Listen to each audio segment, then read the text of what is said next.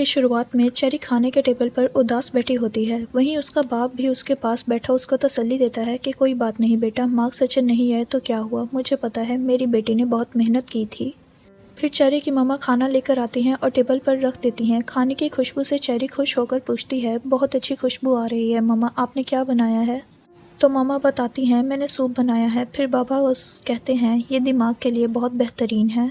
फिर चेरी के बाबा उसको सूप डालकर देते हैं तो चेरी गुस्सा करते हुए कहती है, आप लोग अभी भी मुझे निकम्मा समझ रहे हैं। अगले दिन सुबह होते ही चेरी अपने दोस्तों साथ स्कूल में जा रही थी तो उसके दोस्त हंस रहे थे उस पर। फिर चेरी ने उनको डांटा और कहा कि मेरे मामा बाबा ने बहुत प्यार से मुझे सूप बनाकर दिया था। हालांकि जैसे मेरे ग्रेड्स आए थे मुझे लगा था वो दोनों मुझे मारेंगे। इतने में एक दोस्त बोला, चेरी ऐसे नहीं कहो, तुम्हारी मम्मा ने आज तक तुम्हें कुछ नहीं कहा। जबकि मैं बचपन से अपनी माँ की मार खाकर बड़ा हुआ हूँ, पर मेरे घर वाले बिला वजह नहीं मारते। बस अब यूचाओ के अच्छे मार्क्स आ जाते हैं तो मार पड़ती है और मुझे कहा जाता है कि इससे सीखो कुछ, पढ़ाई में कैसे अच्छे मार्क्स लाते हैं। चौ ये सब सुनकर हंस पड़ा। फिर चेरी ने कहा, तुम्हारे जितने मार्क्स आए हैं उस पर तुम फख्र कर रहे हो। चेरी का दोस्त यू चाओ से पूछने लग गया कि तुम्हारे एग्ज़ाम कैसे हुए थे। मैंने सुना है तुमने जानबूझकर इस पर सवाल गलत किए हैं। यूचाओ ने बोला, ऐसा कुछ नहीं है, ये सब लोगों की बातें हैं बस, और कुछ नहीं। फिर यूचाओ कहने लग गया, इस बार मेरी तैयारी ठीक से नहीं हुई थी इसलिए मार्क्स कम आए हैं। चेरी ने बताया कि हम जैसे टोटल 15 बच्चे हैं जिनका एग्ज़ाम दोबारा लिया जाएगा। सब हमारे कुंशान का मजाक बनाते हैं कि हम छोटे एरिया से हैं इसलिए हम पढ़ाई में अच्छे नहीं हैं, इसलिए अब हमें चाहिए कि हम पढ़ाई में अच्छे हों और इस बार हम एग्ज़ाम की तैयारी बहुत अच्छे से करेंगे ताकि कोई भी लोग हमारे कुंशान के बारे में कोई बात ना करें। फिर चेरी ने कहा, मैं मम्मा पापा से कहूँगी, वो लोग तुम दोनों के लिए सूप बनाकर भेज देंगे। तो यूचाओ कहने लगा कि मुझे नहीं चाहिए, तुम ही पियो ऐसे सूप। चेरी ने यूचाओ से कहा कि आइंदा स्कूल में कोई लड़ाई मत करना। तो यूचाओ कहने लग गया, मैंने तुमसे ही सीखा है कैसे किक करते हैं। चेरी उस पर गुस्सा करते हुए कहने लग गई कि तुमने सबसे बुरी चीज़ सीखी है मुझसे। चेरी गुस्से में मुंह फुलाकर आगे बढ़ी तो यूचाओ ने तंग करने के लिए कहा, तुम्हारी कोई अच्छी आदत भी है। फिर सब स्कूल के अंदर चले गए। कुछ ही देर में पेपर स्टार्ट हो गया। चेरी के दोनों दोस्त उसके आगे और एक उसके पीछे बैठे थे। इतने में आगे वाले दोस्त ने चेरी से पेपर मांगा नकल करने के लिए। तो चेरी ने कहा, मैं नहीं दूंगी। तो वो दोस्त बोला, तुम्हें किसने कहा मैं तुम्हारा पेपर मांग रहा हूँ? तो यूचाओ का पेपर मांग रहा हूँ, उससे पूछ कर मुझे बताओ। इतने में टीचर ने यूचाओ से कहा, तुम तो फिजिक्स का पेपर जल्दी कर लेते हो, आज सब बच्चे चले गए, तुम नहीं आए। तो वो जाकर अपना पेपर सबमिट करवा देता है। फिर पीछे चेरी रह जाती है अकेली। लेकिन चेरी को पेपर नहीं आ रहा होता तो इसका दोस्त चाहते हुए इसे चीटिंग करने का कहता है, लेकिन चेरी कोई चीटिंग नहीं करती।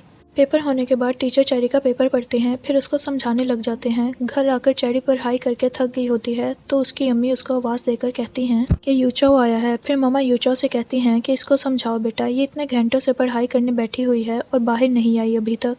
यूचाओ उनको तसल्ली करवाता है कि मैं सब संभाल लूँगा, आप परेशान नहीं हो। फिर यूचाओ चेरी के पास जाता है।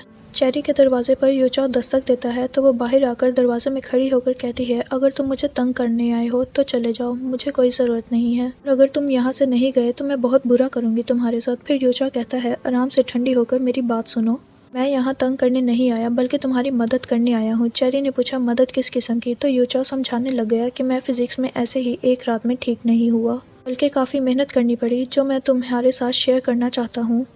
तो चेरी खुश हुई और कहने लगी, ठीक है बताओ जल्दी से। यूचाओ कहता है, ऐसे नहीं बताऊंगा, मेरी एक शर्त है, मेरे फुटबॉल का मैच है तो मैं चाहता हूँ तुम मेरी हौसला अफजाई के लिए वहाँ आओ।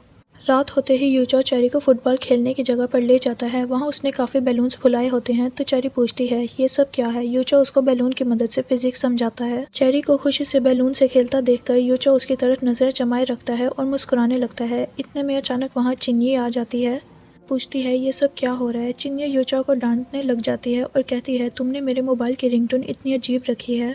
सुनकर चेरी अपने फ़ोन से कॉल करती है। फिर वो हंसने लग जाती है तो यूचाओ कहता है, ये मेरी नहीं जिन्नी की बात है, ये ज़रूरन जिन की हरकत होगी। चिन्नी मज़ीद गुस्सा करती है कि तुमने अपने फ़ोन में यूजिन को खेलने के लिए क्यों दिया। फिर चेरी भागकर यूचाओ का मोबाइल लाकर चिन्नी को देती है और कहती है, ये लो रिंगटोन तुम ठीक कर लो। मैं चिन्नी चेरी को यूचाओ के मोबाइल में पड़ा एक मैसेज दिखाती है जिसमें यूचाओ ने कोई कपल टेस्ट किया था और उसमें चेरी के साथ इसका कपल बनाया गया था। फिर चिन्नी वहाँ से गुस्से में चली गई। चेरी को वो मैसेज पढ़कर चिढ़ चढ़ी तो उसने यूचाओ को उसका फ़ोन वापस दिया और चिन्नी को मनाने चली गई।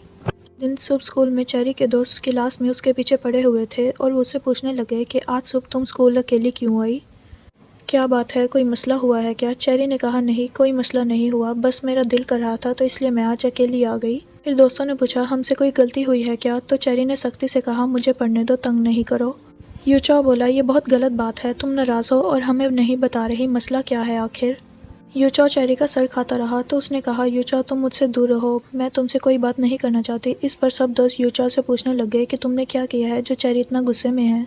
फिर वो सब दोस्त एक कोने में जाकर आपस में बातें करने लग गए। स्कूल से छुट्टी पर चेरी सब दोस्तों से अलग चिन्नी के साथ वापस आई और कहने लग गई कि अब से मैं उनके साथ नहीं घूमूंगी, बस तुम मुझसे नाराज़ नहीं हो। चिन्नी ने चेरी को दूर किया और गुस्से में वहाँ से चली गई। चेरी चिन्नी के जाने पर गुस्से में आगे गई, सोचने लग गई कि आखिर इन सब में इसका कसूर क्या है। फिर पीछे से चेरी के दोस्त इनको ऐसे लड़ता देखकर समझ गए कि इन दोनों के दरमियान कोई लड़ाई हुई है। अगले दिन स्कूल में मॉनिटर ने चेरी को आकर मुबारकबाद दी और कहा, तुमने चेयरिंग स्क्वाड में साइन अप किया है, मुझे बहुत खुशी हुई है देखकर। चेरी कहती है कि मैंने ऐसी जगह पे कोई साइन अप नहीं किया। पीछे यूचाओ बैठा बोला कि मैंने किया है तुम्हारी जगह पर, भूल गई हमारे दरमियान वादा हुआ था। चेरी गुस्से में आई और यूचाओ से कहने लग गई कि आइंदा मेरे मामलात में मत आना, मुझसे दूर रहो। यूचाओ चेरी का लहजा देखकर खामोश हो गया। वहीं ज़ियामिन के दोस्त ने आकर उसको बताया कि चेरी ने साइन अप किया है तो ज़ियामिन कहने लगी, चेरी तो इतनी निकम्मी है, उसे पढ़ाई तो ठीक से होती नहीं, ये सब उसने क्यों किया? चेरी अपनी टीचर पास गई थी टीम से निकलने की बात करने के लिए, लेकिन वहाँ चिन्नी को बैठा देखकर उसने टीम में जाने का प्लान किया। छोकर चिन्नी के पास जाकर बैठ गई। वहीं दूसरी तरफ ज़ियामिन चेरी की बुराई कर रही थी अपने सब दोस्तों से, तो चिन्नी ने चेरी को इग्नोर किया, लेकिन चेरी ने अपनी बातों से उसे मना लिया और दोनों गाने सुनने लग गए। फिर सारी टीम प्रैक्टिस कर रही थी तो चेरी के दोस्त छुप कर उसको देखने लग गए और हैरान हुए कि चेरी इतनी पुरजोश नजर आ रही है। यूचाओ ने बताया, उसको पता था चिन्नी भी है इस टीम में, मैंने इनकी लड़ाई खत्म करने के लिए ये सब किया, देखो इन दोनों को आपस में, ये अब ठीक हैं। वहीं दूसरी तरफ चिन्नी ने चेरी को प्रैक्टिस करवाई तो टीचर ने बताया, जो सबसे अच्छा डांस करेगी वही मेन लीड बनेगी। बाकी टीममेट्स ने कहा, ज़ियामिन को लीडर बनाएंगे हम। चेरी कहने लग गई कि चिन्नी अच्छा डांस करती है, मैम आप इससे भी लीडर कंसिडर कर सकती हैं। रात होते ही स्कूल से छुट्टी हुई तो चेरी बस में सवार हुई। उसने चिन्नी के लिए सीट रखी, लेकिन चिन्नी अगली सीट पर जाकर अलग बैठ गई। चिन्नी का ये रवैया देखकर चेरी का मूड ऑफ हो गया। अगले दिन चेरी और चिन्नी मिलकर साथ में प्रैक्टिस करते रहे। इतने में चिन्नी वहाँ गिर गई तो उसको चोट लग गई। इसके बाद रात देर तक चिन्नी चेरी को प्रैक्टिस करवाती रही। चिन्नी ने चेरी की खुद ट्रेनिंग की। प्रैक्टिस कर करके हालत ख़राब हो चुकी थी तो वो ज़मीन पर लेट गई और चिन्नी से पूछने लगी, तुम इतना अच्छा डांस कैसे कर लेती हो? चिन्नी ने बताया, मैं ये सब खुद से सीखा है। चेरी ये सुनते ही खड़ी हुई और पुरजोश होकर चिन्नी के साथ खुशी में खेलने लग गई। चेरी घर के रास्ते में थी तो उसके दोस्त ने उसे आकर बताया कि ज़ियाओजी मेरे पुराने ओलंपिक टीममेट से मिला और उसने मेरे दोस्त से मेरा नंबर लिया है। अभी मेरी उससे बात हुई और उसने मुझसे तुम्हारा नंबर मांगा तो मैंने दे दिया। चेरी ने कहा, असल बात बताओ। तो दोस्त ने बताया, वो तुम्हें कॉल कर रहा है। ये सुनते ही चेरी फ़ौरन वहाँ से भाग गई। चेरी ने घर आते ही फ़ौरन मोबाइल निकाला तो उसी वक्त ज़ियाओजी की कॉल आई। ज़ियाओजी की आवाज़ सुनते ही चेरी के चेहरे पर मुस्कुराहट आई और उसकी दिन भर की थकन दूर हो गई। दोनों ने आपस में बातें की। ज़ियाओजी ने चेरी की आवाज़ सुनते ही कहा, तुम ठीक हो? तुम्हारी आवाज़ ऐसी क्यों आ रही है? तुम्हारी तबीयत तो ठीक है ना?